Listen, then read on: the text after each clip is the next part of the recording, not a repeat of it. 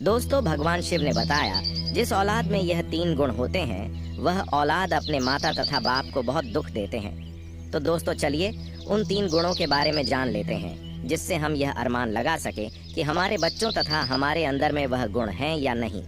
एक बार की बात है, वेद मुनि नारद पृथ्वी लोक का भ्रमण करके आकाश होते हुए भगवान शिव के पास जाते हैं। तब भगवान शिव कैलाश पर्वत पर अपने नंदी के साथ विराजमान होते हैं। तभी देव मुनि नारद भगवान शिव के पास पहुंच जाते हैं। भगवान शिव देव मुनि नारद को देखकर कहते हैं, हे देव मुनि नारद, आज आपका कैलाश पर्वत पर किस प्रयोजन से आगमन हुआ है? तब देव मुनि नारद कहते हैं, हे प्रभु, मैं अभी अभी पृथ्वी लोक का भ्रमण करके आ रहा हूँ और मैंने देखा कि पृथ्वी लोक पर बहुत सारे माता पिता की औलादें उनकी बुढ़ापा का सहारा नहीं बन रही है तथा अपने माता पिता को बुढ़ापे में बहुत कष्ट देते हैं। तो हे प्रभु, मैं आपसे निवेदन करता हूँ कि आप मुझे बताने का कृपया करिए कि वह कौन सी औलाद होती है जो अपने माता पिता को दुख देती है। तब भगवान शिव कहते हैं, हे देव मुनि नारद, हम आपको आज एक अत्यंत पवित्र कथा सुनाते हैं जिसे सुनने के बाद आपको आपके सभी प्रश्नों के उत्तर अवश्य मिल जाएंगे। भगवान शिव कहते हैं, जो व्यक्ति इस कथा को ध्यान पूर्वक पूरा सुनता है उस व्यक्ति के बच्चे बुरी संगति से बाहर आते हैं तथा अपने माता पिता की सेवा सदैव करते हैं। दोस्तों, अगर कथा पसंद आए तो वीडियो को लाइक करके चैनल को सब्सक्राइब करके कमेंट बॉक्स में हर हर महादेव अवश्य लिख दीजिएगा। तो चलिए दोस्तों, कथा को आरंभ करते हैं। प्राचीन काल की बात है। एक नगर में रामसेन नाम का राजा रहता था जिसकी एक बहुत ही सुंदर कन्या थी। रामसेन की कन्या का नाम था छाया। उसे अपने ऊपर अपने रूप का बहुत बड़ा घमंड था माता पिता की। वह शुरू से ही लाडली बेटी थी, इसलिए पूरी स्वतंत्रता के साथ खेली कूदी और बड़ी हुई उसे इस बात का भी अभिमान था कि वह एक राजकुमारी है। वह अपने आगे किसी को कुछ नहीं समझती थी, चलते फिरते लोगों का अपमान करती रहती थी। भगवान शिव कहते हैं, है देव मुनि नारद, हर व्यक्ति को बेटा हो या बेटी जरूरत से अधिक स्वतंत्रता उन्हें बिगाड़ देती है और उन्हें बिगाड़ने में सबसे बड़ा योगदान उनके माता पिता का ही रहता है। बच्चे यदि मनमानी करने लगे तो माँ बाप को उनकी तरफदारी नहीं करनी चाहिए बल्कि उनकी गलती पर उन्हें समझाना चाहिए। जरूरत पड़े तो डांट फटकार भी लगानी चाहिए और बच्चे भी आपकी बात तभी मानेंगे जब आपने उन्हें बचपन से समझाया होगा, उनकी हर एक गतिविधि पर नज़र रखी होगी, उन्हें आदर्श का पाठ पढ़ाया होगा, उन्हें संस्कारों से सींचा होगा। यदि माता पिता ने ऐसा नहीं किया है तो औलाद के बड़े होने पर आप उन्हें दंडित करके भी नहीं सुधार सकते। तब तो आपका समझाना भी उनको तीर की बाण की भांति चुभेगा, वह आपके वश से बाहर हो जाएंगे। भगवान शिव आगे कहते हैं, है देव मुनि नारद, राजा रामसेन की कन्या के लिए जो भी रिश्ता आता तो वह अपने दुष्ट स्वभाव के चलते वह उसे लौटा देती थी। उसके लिए ना जाने कितने रिश्ते आए और उसने सबको अपमानित करके उनकी हंसी उड़ाते हुए वहां से वापस कर देती थी। राजा भी बेटी की इन हरकतों से बहुत परेशान हो चुका था। एक दिन राजा ने बेटी छाया के लिए अपने राज्य में एक वयं का आयोजन किया। कई जगह के राजकुमार राजा महाराजा स्वयंवर में भाग लेने के लिए आए। सारे राजा महाराजा आकर अपने अपने आसन पर बैठ गए। उधर राजकुमारी छाया हाथ में माला लेकर अपनी सहेलियों के साथ राज दरबार में जा रही थी। छाया अपनी सुंदरता के घमंड में भरी हुई थी। सभी राजकुमारों को गौर से देखती हुई आगे को बढ़ने लगी। वह जिस भी राजकुमार के सामने पहुंचती थी उसी की किसी न किसी बात पर खिल्ली उड़ाती और आगे बढ़ जाती। सभा के बीच राजकुमारी की बातों से अपमानित होकर वह राजकुमार राजसभा से उठकर चले जाते। राजकुमारी एक मोटे से राजकुमार के सामने पहुंची। वह उस मोटे राजकुमार की हंसी उड़ाती हुई अपनी सहेलियों से बोली, हे सहेली, देखो तो इन महाशय को इनका शरीर कैसा लग रहा है, जैसे किसी ने आटे का बोरा रख दिया हो। उसके शरीर की बनावट पर वह काफी देर तक हंसी उड़ती रही। वह राजकुमार राजकुमारी की बातों से लज्जित होकर दरबार से चला गया। इसी तरह राजकुमारी फिर अगले राजकुमार के पास पहुंच गई। वह राजकुमार देखने में कुछ लंबा था। राजकुमारी छाया ने अपने कटु शब्दों से उसे भी खूब अपमानित कहने लगी। देखो सहेली, यह तो कोई खंबा मालूम पड़ता है। इसे तो किसी चौराहे पर खड़ा करके इसके ऊपर मशाल लानी चाहिए। राजकुमारी के अब शब्दों से पीड़ित होकर वह भी मुंह बनाता हुआ वहां से चला गया। एक राजकुमार की तो काफी बड़ी दाढ़ी थी। उसे देखकर राजकुमारी ठहाके भार कर हंसती हुई बोली, अरे सहेली, हमारे पिता ने तो स्वयंवर में लंबी दाढ़ी वाले बकरों को भी बुला लिया है, इससे तो मेरी जूती भी विवाह ना करें। दोस्तों, राजकुमारी उसके रंग रूप और दाढ़ी की खूब खिल्ली उड़ाती रही, परंतु उस दाढ़ी वाले राजकुमार ने राजकुमारी के लज्जित करने पर तनिक भी बुरा नहीं माना, क्योंकि वह राजकुमारी को अपना दिल दे बैठा था। वह भी दरबार से उठकर चला गया। दोस्तों, अब तो एक एक करके राजकुमारी ने सारे राजकुमारों को बेइज्जत करके नापसंद कर दिया। यह बात छाया के पिता रामसेन को बहुत बुरी लगी। राजा साहब सोचने लगे, इस लड़की ने तो हमारे दरबार में आए हुए हमारे सारे मेहमानों को बेइज्जत किया है।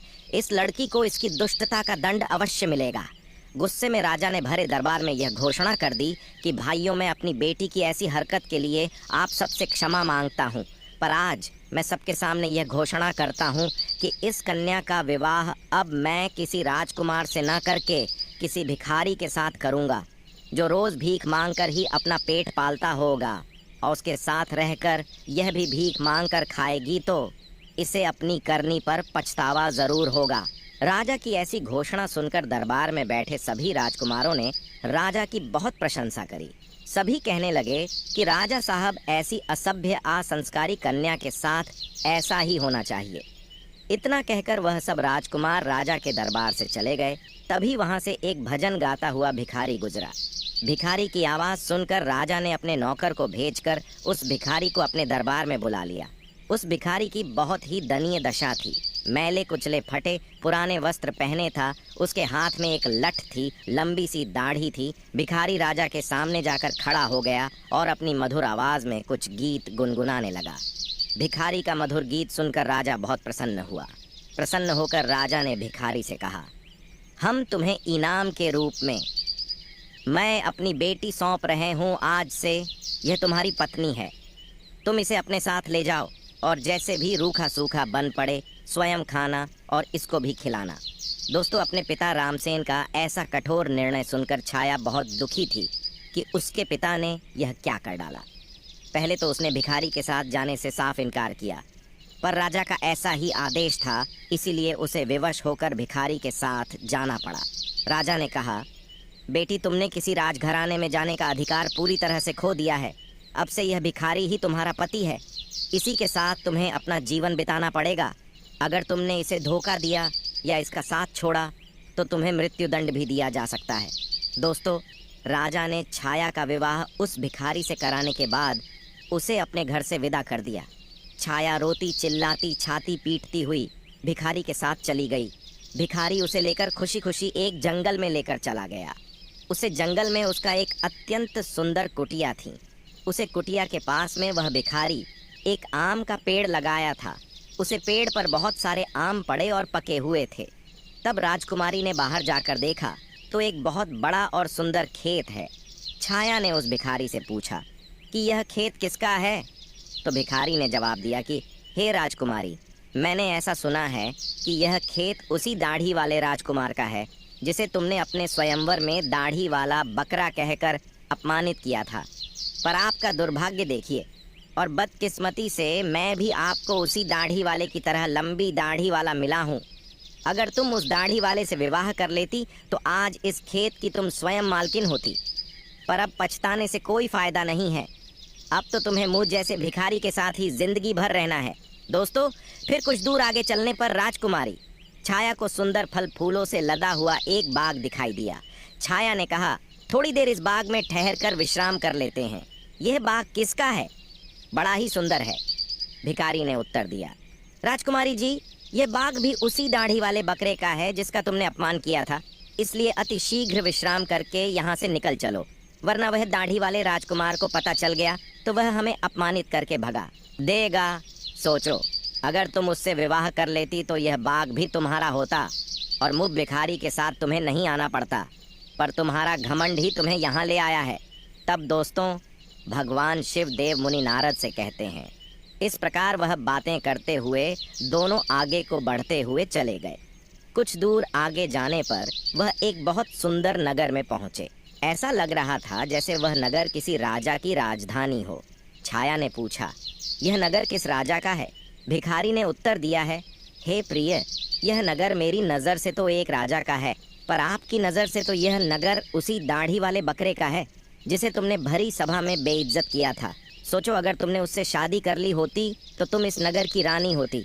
हजारों दास दासियां तुम्हारी सेवा करती, पर तुमने अपने रूप की घमंड में आकर अपनी किस्मत फोड़ ली और मुझ भिखारी के साथ विवाह करके तुमने अपनी जिंदगी को दुखों में ढकेल दिया है। पर अब क्या हो सकता है, जो होना था सो हो गया। भिखारी की बात सुनकर राजकुमारी को बड़ा पश्चाताप होने लगा। कहने लगी, काश मैंने उसके साथ विवाह कर लिया होता। भिखारी ने छाया के मुख से ऐसी बातें सुनकर नाराज होते हुए कहा, राजकुमारी खबरदार, जो अब तुमने दूसरे पुरुष के बारे में सोचा भी, तो अब तो तुम केवल मेरी पत्नी हो और मैं ही तुम्हारा पति हूँ। अब महलों के सपने देखना छोड़कर तुम्हें मेरे साथ मेरी झोपड़ी में रहना चाहिए। दोस्तों, इतना कहकर भिखारी राजकुमारी छाया को अपनी झोपड़ी के पास ले गया, जो राजा के उसे नगर से कुछ दूर एक तालाब के किनारे बनी हुई थी। झोपड़ी देखकर छाया को बड़ा क्रोध आया। कहने लगी, ये कितनी बेकार सी झोपड़ी है, मैं इसमें कैसे रह पाऊंगी? इसमें रहकर मेरा दम घूंटेगा। मैं बहुत बड़े महलों की रहने वाली हूँ, इस छोटी सी झोपड़ी में मेरा गुजारा कैसे होगा? भिखारी बोला, राजकुमारी, अब आज से यही झोपड़ी तुम्हारा नया घर है और इसी में तुम्हें रहना पड़ेगा। छाया ने पूछा कि यहाँ पर तुम्हारा कोई नौकर चाकर नहीं दिखाई दे रहा है, झोपड़ी की साफ सफाई कौन करेगा? भिखारी ने कहा, है राजकुमारी, यह तुम क्या कह रही हो? मैं कोई राजा नहीं हूँ, न कोई राजा का बड़ा अधिकारी या कर्मचारी हूँ जो मेरे पास नौकर चाकर होंगे। मैं तो खुद एक भिखारी हूँ। मैं तो नौकरों से भी बहुत गया गुजरा हूँ। झोपड़ी का सारा काम अब तुम्हें और मुझे ही करना है। चलो, अब तुम पहले झोपड़ी की साफ सफाई करो, फिर मेरे लिए खाना बनाओ। मुझे बहुत भूख लगी है, चलते चलते मैं थक चुका हूँ। तब भगवान शिवदेव मुनि नारद से कहते हैं, छाया को भोजन बनाना तो आता ही नहीं था, इसीलिए भिखारी और राजकुमारी ने मिलकर उल्टा सीधा खाना बनाया और खाकर दोनों सो गए। दूसरे दिन भिखारी ने राजकुमार को जगाया और घर का सारा काम करने को कहा। राजकुमारी पूरे दिन काम करती रही और भिखारी की डांट फटकार सुनती रही। 2-4 दिन इसी तरह बीत गए। घर में जो कुछ खाने को था वह भी खत्म हो गया। भिखारी बोला, प्रिय, अब खाने को तो कुछ बचा भी नहीं। जो कुछ मैं मांग कर रखा था वह सब खत्म हो चुका है। आगे की जीविका चलाने के लिए हमें कुछ काम करना पड़ेगा। एक काम करो, मैं तुम्हें इस आम के पेड़ से आम तोड़कर टोकरी में भरकर दे दूंगा। तुम उसे आम को बाजार में ले जाकर बेच कर आना। राजकुमारी ने आश्चर्य से कहा, मैं आम बाजार में बेचने जाऊंगी? अगर मुझे किसी ने आम बेचते देखकर पहचान लिया तो वह मेरी बहुत हंसी उड़ाएंगे, मुझे बहुत शर्म आएगी। भिखारी बोला, काहे की शर्म? अब तो तुम रानी नहीं हो, तुम एक भिखारी की पत्नी हो। शर्म तो तुम्हें तब लगती जब तुम उस दाढ़ी वाले की पत्नी होती और वह तुमसे बाजार में आम बेचने को कहता। अब अगर शर्म ही आती है तो फिर भूखी मरो दोस्तों। मजबूर होकर राजकुमारी बाजार में आम बेचने चली गई। एक सड़क किनारे आम रख कर बैठ जाती है और दिन भर आम बेचती रहती है। धीरे धीरे उसके आम खूब बिकने लगा। एक दिन की बात है, जब राजकुमारी छाया सड़क पर बैठी आम बेच रही थी, तभी वहां पर एक राजा का मंत्री आता है और उसने लात मार कर उसके सारे आम इधर उधर फैला देता है और बोलता है, खबरदार, जो रास्ता घेर कर आम लगाए तो उसके बहुत सारे आम फूट गए थे और उसका बहुत नुकसान हो गया था। राजकुमारी को बड़ा दुख हुआ। उसने सारी बात झोपड़ी में आकर भिखारी को बताई कि आज एक राजा के सिपाही ने उसके आम पर लात मारकर फोड़ डाले। भिखारी ने कहा, तुम बिल्कुल पागल हो। अगर तुम बीच रास्ता घेर कर दुकान लगाओगी तो सिपाही तो आम फोड़ेगा ही। तुम्हारी वजह से राहगीरों को वहां से निकलने में तकलीफ हो रही होगी। अब तुमसे यह भी काम ठीक से नहीं होगा। तुम्हें कोई काम बताओ तो तुमसे ठीक से होता ही नहीं है। अब मैं जा रहा हूँ और तुम्हारे लिए कोई और काम तलाश कराऊंगा। भिखारी गया और राजा के एक बड़े अधिकारी के यहाँ रसोइये का काम तलाश आया और छाया से कहा कि मैंने तुम्हारे काम की व्यवस्था कर दी है। कल से तुम राज्य कर्मचारी की रसोई में जाया करोगी और वहाँ के रसोइये के साथ मिलकर खाना बनाना है। वहाँ से हमें खाने के लिए अच्छा भोजन भी मिलता रहेगा। दोस्तों, भगवान शिव देव मुनि नारद से कहते हैं, इस प्रकार वह घमंडी राजकुमारी रसोइये की मददगार बन के काम करने लगी। वह सुबह से शाम तक रसोइयों के साथ मिलकर काम करती और रात को बचा हुआ खाना अपने घर ले आती। इस तरह दोनों की जिंदगी अब कुछ सुकून से कटने लगी। एक दिन की बात है, छाया रसोई में काम कर रही थी, तभी उसने खिड़की से झांक कर देखा तो वहां राजा के महल में कुछ उत्सव होने वाला था। पूरा राजमहल सजाया हुआ था, बड़े बड़े मेहमान आ रहे थे, नौकर चाकर उनका स्वागत कर रहे थे। महल में बड़ी धूमधाम थी। राजकुमारी वह सब देखकर अपनी किस्मत को कोस रही थी, अपनी किस्मत पर आंसू बहा रही थी और सोच रही थी कि काश मैं भी इतनी घमंडी नहीं होती तो मुझे यह दिन देखने को नहीं मिलता। वह वहाँ खड़ी खड़ी सोच रही थी, तभी वहाँ दो दासियाँ आती हैं और कुछ खाने का सामान उसकी टोकरी में रखकर चली जाती हैं। राजकुमारी टोकरी को लेकर अपने घर को लौटने लगी। अभी वह दरवाजे से निकली ही थी, तभी सामने से एक राजसी पोशाक पहने एक पुरुष ने आकर उसे रोक लिया। देखने में वह वहाँ का राजा महाराजा मालूम पड़ रहा था। राजकुमारी ने जब उसके चेहरे को देखा तो वह डर के मारे कांपने लगी, क्योंकि वह राजा वही दाढ़ी वाला था जिसको छाया ने अपने यहाँ दाढ़ी वाला बकरा कहकर अपमानित किया था। राजा ने राजकुमारी से कुछ नहीं कहा, बल्कि वह उसे उसका हाथ पकड़कर दरबार में लेकर पहुंचा, जहां तमाम मेहमान लोग बैठे हुए थे। वहां की भव्यता को देखकर घबराहट में राजकुमारी के हाथ पैर कांपने लगे। उसके हाथ से टोकरी छूटकर जमीन पर गिर पड़ी। टोकरी में रखा हुआ खाना जमीन पर गिरकर इधर उधर बिखर गया। राजकुमारी बहुत उदास हो गई। दरबार में बैठे हुए मेहमान यह देखकर जोर जोर से हंस पड़े। अपने ऊपर सबको हंसता देखकर छाया घुटन से मरी जा रही थी। उसे ऐसा लग रहा था कि अभी धरती फट जाए और मैं उसमें समा जाऊं। उसने राजा से अपना हाथ छुड़ाया और वहां से भाग जाना चाहती थी। राजा ने उसे रोकते हुए कहा, राजकुमारी घबराओ मत, तुम्हारे साथ कोई अभद्रता का व्यवहार नहीं होगा, बल्कि तुम्हें मैं यहाँ सम्मानित करने के लिए लाया हूँ। मैं वही तुम्हारा भिखारी पति हूँ जो तुम्हारे साथ झोपड़ी में रहता था, और मैं वही सिपाही हूँ जिसने तुम्हारे आम को फोड़े थे। मैं ही यहाँ का राजा हूँ और वही दाढ़ी वाला बकरा हूँ। मैंने तुम्हारे साथ भिखारी बनकर विवाह इसलिए किया था क्योंकि मैं तुम्हें चाहता था, और तुम्हारे पिता की प्रतिज्ञा को ध्यान में रखाते हुए मुझे भिखारी की वेशभूषा बनानी पड़ी। मैंने भिखारी बनकर तो तुमसे विवाह कर लिया। अब तुम्हारा घमंड भी नष्ट हो चुका है। इतने सारे मेहमान हमारे स्वागत में आए हैं, अब मैं तुमसे सम्मान पूर्वक विवाह करूंगा। फिर भगवान शिव देव मुनि नारद से कहते हैं। यह सुनकर राजकुमारी को बड़ी प्रसन्नता हुई। खुशी में उसकी आंखें आंसुओं से भर गईं। अब तो दासियां आई और उसे दुल्हन के नए जोड़े में सजाकर लाई। दरबार में छाया के माता पिता भी मौजूद थे। सबने राजकुमारी को खूब आशीर्वाद दिया और राजा के साथ समस्त मेहमान की उपस्थिति में उसका विवाह हुआ। उसका सारा गुरूर उतर चुका था, वह पूरी तरह से बदल चुकी थी। उसने जिंदगी जीने का तरीका सीख लिया था।